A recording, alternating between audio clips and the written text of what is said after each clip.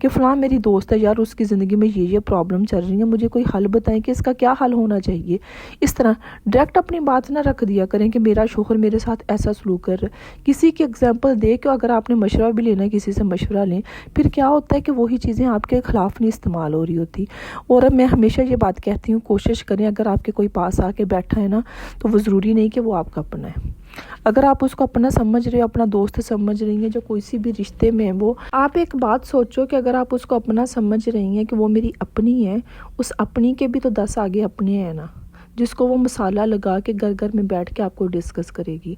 تو اپنے دل کی باتیں نا شیئر کرنے کی بجائے سامنے والے کی سنا کریں۔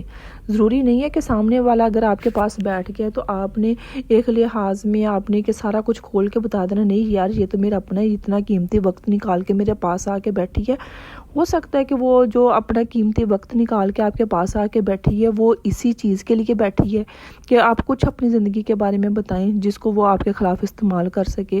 اچھا، پھر میری بہنوں کی کچھ عادت ایسی بھی ہے کہ وہ بات کرتی ہیں، یار میں یہ پرابلم میں نے یہ بات نا تم سے اپنی شیئر کی ہے، پلیز آگے تم کسی سے مت کرنا۔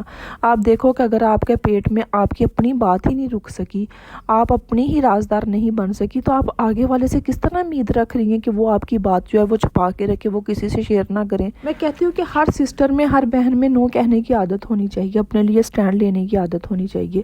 میں اس چیز کو سمجھتی ہوں کہ بچپن سے ہمیں یہ چیزیں نہیں سکھائی جاتی۔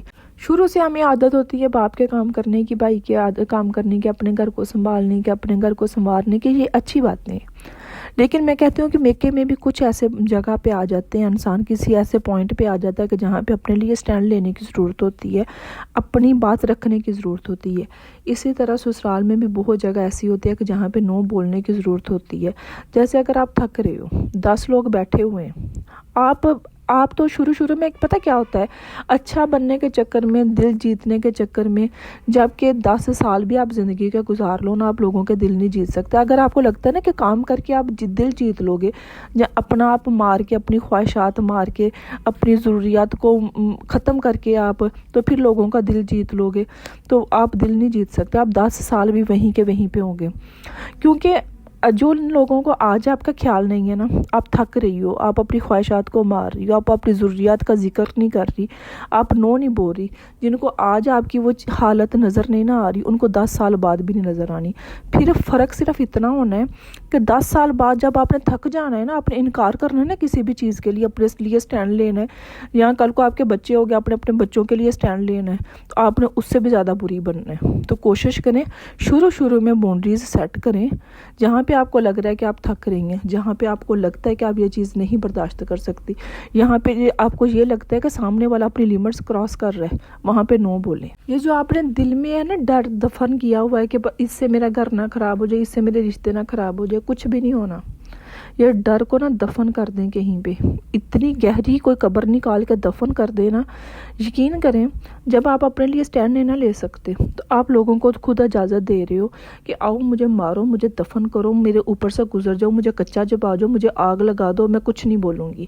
آپ اجازت دے رہے ہو۔ میں آپ کو یہ نہیں کہہ رہی کہ رشتے نہیں نبھانے، رشتے نبھائیں لیکن خوبصورتی کے ساتھ۔ جو رشتہ جتنا حق رکھتا ہے، جتنی اس کی لیمٹس ہے، اس حساب سے۔ یہ ہم پاکستانیوں میں ایک چل ہے، پتہ نہیں ان کو کیا بیماری ہے کوئی، کہ اپنی طرف سے رشتوں کو نام دینے کی، اور پھر شروع میں کوشش کرنی اس کو اپنے طریقے سے نبھانے کی، اور کچھ ہی سالوں میں پھر اس رشتے کا اتنا خوفناک اینڈ ہوتا ہے کہ ایک دوسرے سے سلام بھی نہیں لیتے۔ یہ جو اپنا آپ مار کے آپ اپنا کوئی بھی رشتہ نبھانے کی کوشش کر رہے ہو نا، سسرال میں اچھا بننے کی، سارا کچھ کرنے کی، آپ تو کوشش کر رہی ہیں، اچھی بات ہے، کرنی بھی چاہیے۔ ہر بہن کو اپنا گھر بچانے کے لیے کرنی چاہیے، اپنے بچوں کی خاطر کچھ قربانیاں دینے کی ضرورت ہوتی ہے، دینی چاہیے، لیکن 10% آپ ہی کیوں؟ اگر آپ 10 میں سے 8% آپ کوشش کریں، 2% تو سامنے والا کرے نا، اس کا بھی تو آپ کے ساتھ کوئی رشتہ، آپ بھی تو اس کی کچھ لگتی ہیں کہ نہیں لگتی۔ یہاں آپ کو لگتا ہے کہ 10% آپ کی طرف سے، وہ سامنے سے 0% ہے، وہاں پہ آپ کو رک کے سوچنے کی اور سمجھنے کی ضرورت ہے کہ کتنے سال آپ ایسی طرح کی زندگی آپ کو ملنے والی اور آپ گزارنے والی، آپ برداشت بھی کر سکتی ہو کہ نہیں کر سکتی۔ زندگی میں کچھ فیصلے دل کی بجائے دماغ سے کریں. کچھ باتیں آپ کے لیے نہیں ہوتی. یہ جو فوراً جذباتی ہو جانا نا، فوراً ریئیکٹ کر دینا، فوراً پلٹ کے جواب دے دینا، تمہاری جرت کیسے ہوئی، تم نے مجھے یہ بات بول دی. اپنے دماغ سے سوچا کریں. ہو سکتا ہے کہ وہ بات آپ کے لیے نہ ہو سکتا ہے کہ سامنے والے کا مقصد صرف آپ کو تکلیف پہنچانا ہے. جب آپ پلٹ کے اسی طرح جواب دیتے ہو نا، اتنے ہی غصے میں، اتنی ہی بدتمیزی کے ساتھ، پھر آپ میں اور اس میں کوئی فرق نہیں رہتا. اور دوسری بات، آپ سامنے والے کو کامیاب کر رہے ہیں، کیونکہ اس کا تو مقصد تھا نا آپ کا موڈ خراب کرنا، آپ کو پریشان کرنا، آپ کو اس لیول تک لے کے جانا. اور جب آپ پلٹ کے وہی طریقے چیزیں کرتے ہیں نا، تو وہ کامیاب ہو جاتے ہیں. ہمیشہ میں یہ بات کہتی ہوں کہ دل کی بجائے دماغ سے سوچا کریں. اگنور کرنا بہت ضروری ہوتا ہے. میں یہ نہیں کہہ رہی کہ آپ ہر بات اگنور کر جاؤ، ہر بات ہی پی جاؤ اور اندر سے ختم ہو جاؤ، میں یہ بات بھی نہیں کہہ رہی. لیکن کچھ باتیں ایسی ہوتی ہیں جن کو درگزر کرنا بہت ضروری ہوتا ہے. یہ سوچنا بہت ضروری ہوتا ہے کہ یہ بات میرے لیے نہیں ہے، اس سامنے والے کی عادت ہے، اس کی نیچر ہے، اس نے بولتے رہنا ہے، یہ بولتا رہے. ہو سکتا ہے یہ کسی دیوار سے بات کر رہا ہو سکتا ہے کسی دروازے کو بول رہی ہو، گالی دے رہی ہو، تانے دے رہی ہو. یہ چیزیں میرے لیے نہیں ہیں. کیونکہ اب فار ایگزامپل میں آپ کو ایگزامپل دیتی ہوں، کسی نے آپ کو یہی کہہ دیا کہ آپ چھوٹے خاندان کی ہو. آپ کو تو پتہ نا کہ آپ کس خاندان کی ہو، آپ کو تو پتہ نا کہ آپ کا کیا سٹینڈرڈ ہے. اگر کسی نے بول بھی دیا نا، تو وہ دل پہ باتیں مت لیا کریں. سوچا کریں کہ اس نے دروازے کو، دیوار کو، کندھ کو، کسی کو بھی بول دیا ہے، مجھے نہیں بولا. کیونکہ آپ کو تو آپ کے خاندان کا پتہ ہے نا کسی کے بولنے سے کیا ہوتا ہے. امیدیں مت پالیں کسی بھی رشتے سے، چاہے وہ بھائی کا ہے، شوہر کا ہے، کسی بھی رشتے میں امیدیں مت پالیں. جب ہم ضرورت سے زیادہ امیدیں پال لیتے ہیں نا، اور وہ ہماری امیدوں پہ پورے نہیں اترتے، تو ہمیں تکلیف ہوتی ہے. میرا بھائی ہمیشہ میرا ہی رہے گا. جبکہ اس چیز کو سمجھنے کی ضرورت ہے کہ شادی کے بعد بھائی نہیں رہتا، وہ آپ کی بھابھی کا شوہر بھی ہے، اس کی اگلی نسل بھی ہے. اس نے اس کو بھی توجہ دینی، ان کو بھی پیار دینا. اس کی زندگی میں بہت کچھ چینج ہو چکا ہے. میرا شوہر میرا ہی رہے گا، یہ کبھی نہیں بدلے گا. ہو سکتا ہے 2 سال بعد، 3 سال بعد، جس طرح شروع کے دنوں میں وہ تھا آپ کی کیئر کرنا، شروع میں ایک وہ ہوتا ہے نا چاچا میں، تو ویسا نہ رہے.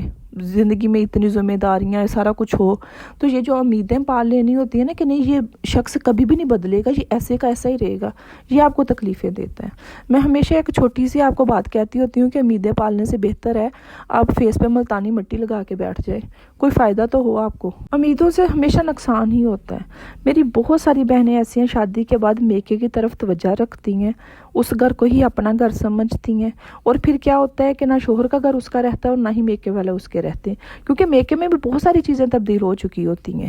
تو یہ جو آپ کو لگتا ہے نا کہ کبھی بھی یہ گھر کا ماحول، چیزیں یہ نہیں بدلیں گی، وقت کے ساتھ ہر چیز بدل رہی ہوتی ہے. اس چیز کو ایکسیپٹ کرنے کی، قبول کرنے کی ضرورت ہوتی ہے. آپ نے کسی کو 1 دفعہ آزما لیا، آپ نے کسی کو 2 دفعہ آزما لیا، تیسری دفعہ بھی اگر آپ اس کو چانس دے رہے ہو نا، جو بھی آپ کی زندگی میں ڈبل فیس لوگ ہیں، آپ کے منہ پہ آپ کے، دوسرے کے منہ پہ دوسرے کے، آپ کی برائی اس کے سامنے، اس کی برائی آپ کے سامنے، یہ جو ڈبل فیس لوگ ہیں آپ کی زندگی میں، اگر آپ ان کو تیسری دفعہ بھی موقع دے رہے ہو نا، جب تیسری دفعہ بھی کوئی بھی شخص آپ کی زندگی میں جتنا بھی کلوز ہے آپ کے، اگر آپ اس کو اس چیز کی اجازت دے رہے ہو نا کہ تم جب چاہو مجھے نیچا دکھا سکتے ہو، جب چاہو میری انسلٹ کر سکتے ہو، جب چاہو مجھے بات لگا کے بول سکتے ہو، تانا دے سکتے ہو، گالی دے سکتے ہو، تو اس میں سامنے والے کی مسٹیک نہیں ہے، اس میں آپ کی مسٹیک ہے. آپ میں پھر عقل مندی کی کمی ہے. کیونکہ آپ کسی کو بھی کیوں اتنا موقع دے رہے ہو کہ بار بار آ کے کوئی آپ کو نیچا دکھائے. لوگ کون ہوتے ہیں آپ کو اس طرح آپ کے ساتھ بیہیو کرنے والے، آپ کے ساتھ رویہ اختیار کرنے والے؟ آپ کون سے رشتے نبھانے کے چکر میں؟ اگر کوئی آپ کو تکلیف دے رہا ہے تو وہ آپ کا اپنا نہیں ہے. یہ آپ کو پہلی دفعہ سمجھ آ جانی چاہیے. چلیں آپ پہلی دفعہ معاف کر دیں، دوسری دفعہ سمجھ لیں اس چیز کو کہ کوئی بھی آ کے آپ کو موڈ خراب کر رہا ہے، آپ کو تکلیف دے رہا ہے، آپ کے اوپر ایسی کوئی بات کر رہا ہے جو آپ کو پسند نہیں، اس کو اس چیز کی اگر کوئی سمجھ نہیں رہا کہ اگر میں اس کو یہ بات بولوں گی تو ہو سکتا ہے کہ اس کو تکلیف ہو، تو وہ آپ کی اپنی نہیں ہو سکتی. آپ تھک رہی ہو نا، آپ نے اپنے آرام کا خیال رکھنا ہے. کسی نے نہیں آ کے بولنا کہ بہن تم تھک رہی ہو، تم بیٹھ جاؤ، میں تمہارے حصے کا کر دوں. کسی نے نہیں بولنا. آگے سے یہ آواز لگانی مجھے پانی کا گلاس دو، مجھے چائے کا کپ بنا دو. یہ آپ نے اپنے آرام کا دیکھنا ہے، آپ نے اپنی مینٹل ہیلتھ دیکھنی ہے، آپ نے دیکھنا ہے کہ آپ کو کہاں پہ سکون مل رہا ہے. یہ ساری چیزیں آپ نے خود اپنے لیے کرنی ہے. رشتے نبھانے کے چکر میں خود کو اگنور نہ کریں. اگر آپ خود کو بھی ساتھ لے کے چلو گے نا تو یقین کرو کہ یہی رشتے آپ کے ہمیشہ اپنے رہیں گے. اگر آپ خود کو اگنور کر کے رشتے نبھانے کے چکر میں لگ گئی نا تو ایک وقت آئے گا کہ آپ کا اپنا آپ بھی نہیں بچنا اور یہ رشتے بھی نہیں بچنے, کیونکہ ان کو عادت ہو جانی ہے آپ کی ہاں کی. پھر ایک وقت آنا ہے کہ جب بھی آپ نے 10 سال 15 سال بعد انکار کیا, اپنے لیے سٹینڈ لیا, یہی رشتوں نے اللہ حافظ بول دینا ہے آپ کو. اس لیے کوشش کریں کہ ہر رشتہ ہر چیز کہتے ہیں نا کہ ایک لیمٹ سے ایک حد تک اچھی لگتی ہے, تو وہ حد ان لیمٹس کا ہمیشہ خیال رکھیں. ذرا سی ہوشیار ذرا سی سمجھدار بن جائیں. یہی تھا میرا آج کا پیغام. میں امید کرتی ہوں کہ میری بہنوں کو کچھ نہ کچھ تو سمجھ آئی ہوگی کہ اگر آپ رشتے نبھانے کے چکر میں خود کو اگنور کر دو گی نا تو رشتے بھی آپ کے اپنے نہیں رہیں گے. اسی کے ساتھ مجھے دیں اجازت, کمنٹ کر کے اپنی رائے دیجیے گا. ملتے ہم نیکسٹ ویڈیو میں, تب تک کے لیے اللہ حافظ.